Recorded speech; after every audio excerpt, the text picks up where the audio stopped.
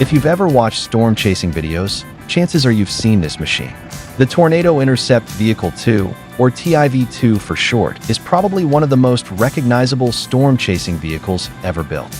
It's huge, armored, covered in weather instruments, and designed to drive directly into tornadoes. So naturally, I thought it would be fun to build one. Not a static model, but a fully functional 1/18 scale RC version that's mostly 3D printed, affordable to build, and simple enough that almost anyone with a printer could put one together. Originally, this project wasn't even supposed to be a TIV-2. I actually wanted to build the DAO-6 first.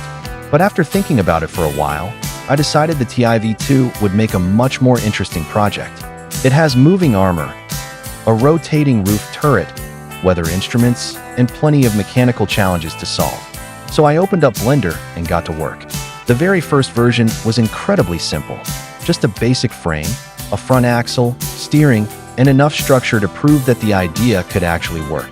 No body, no armor, no fancy details, just the chassis. Seeing those first parts come together was already pretty exciting. Once the chassis worked, it was finally time to make it actually resemble a TIV.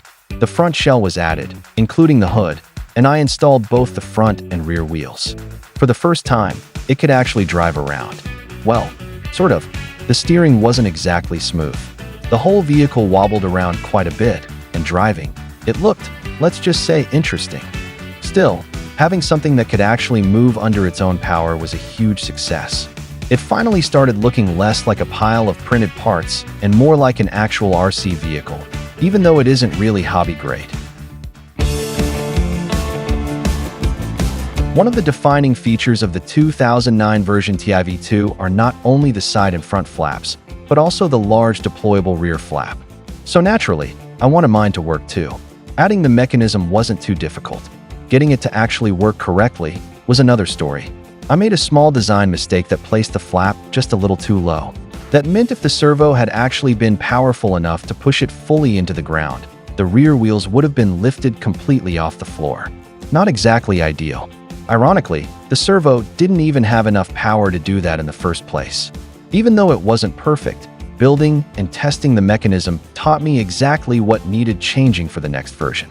To be completely honest, sometimes a failed prototype tells you more than a successful one. At this point, I realized trying to patch the first design wasn't really worth it. So the version 2 was born. This wasn't just a few small changes. Quite a lot was redesigned. The steering, the flap mechanisms, the body, the structure. While it still wasn't complete, version 2 already included something I had wanted from the very beginning: the front and side armor flaps. Now those side flaps definitely weren't perfect. In fact, they became one of the hardest parts of the entire project. I went through multiple failed prints before getting something that actually worked. But eventually they started behaving the way I wanted. They're probably still my favorite part of the whole vehicle. Of course, every project reaches the point where you stop adding new features and start fixing all the problems you've created along the way. The steering angle was way too limited. The rear spoiler refused to deploy correctly. The front wheels had an annoying habit of trying to leave the axle entirely. And just to make things a little more exciting, the first ESC actually decided to short circuit. That wasn't exactly part of the plan. Instead of trying to force fixes into the original version, I decided most of these problems would simply become improvements for version 2. After solving the biggest mechanical issues, the project finally started looking somewhat complete. The rear flap now worked properly. The roof turret was installed. Instead of opening the hood to install the battery, I redesigned the vehicle so the turret could simply be removed.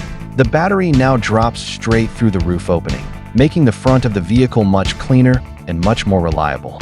The old hood hinge, that didn't survive. It turned out removing it completely was actually the better solution. The vehicle is unfortunately still missing the spikes till this day. Once the mechanics were mostly finished, it was finally time for the small details. The doors, the windows, the mezzanine, the weather sensors, the rotating turret. Little by little, it stopped looking like a prototype and started looking like an actual RC TIV2. Even better, the turret still remains removable despite being able to rotate, making maintenance much easier. The frame itself also became much stronger. Instead of relying only on printed connections, the front and rear sections are now bolted together using 4 bolts and 4 nuts, making the chassis much more rigid. Overall, the hardware list is surprisingly small. Apart from the printed parts, all you really need are a couple of bearings, a handful of bolts and nuts, some CA glue, and standard hobby-grade RC electronics. Keeping it affordable and easy to build has been one of the main goals from the very beginning.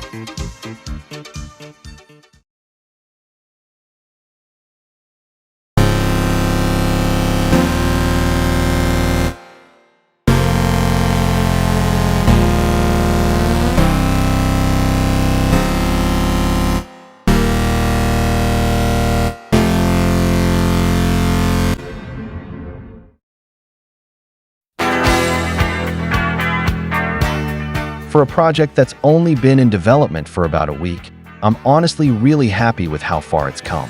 There were plenty of failed prints, several redesigns, a few mechanical headaches, one ESC that sacrificed itself for science, and more than enough trial and error. But that's just part of designing something from scratch. This definitely won't be my last storm-chasing vehicle either. The Dow 6 is still very much on my list. But before that, there's still a little more work left on this TIV2. If you've enjoyed following the project so far, let me know what you'd like to see added next. And hopefully, I'll see you in the next build. Peace.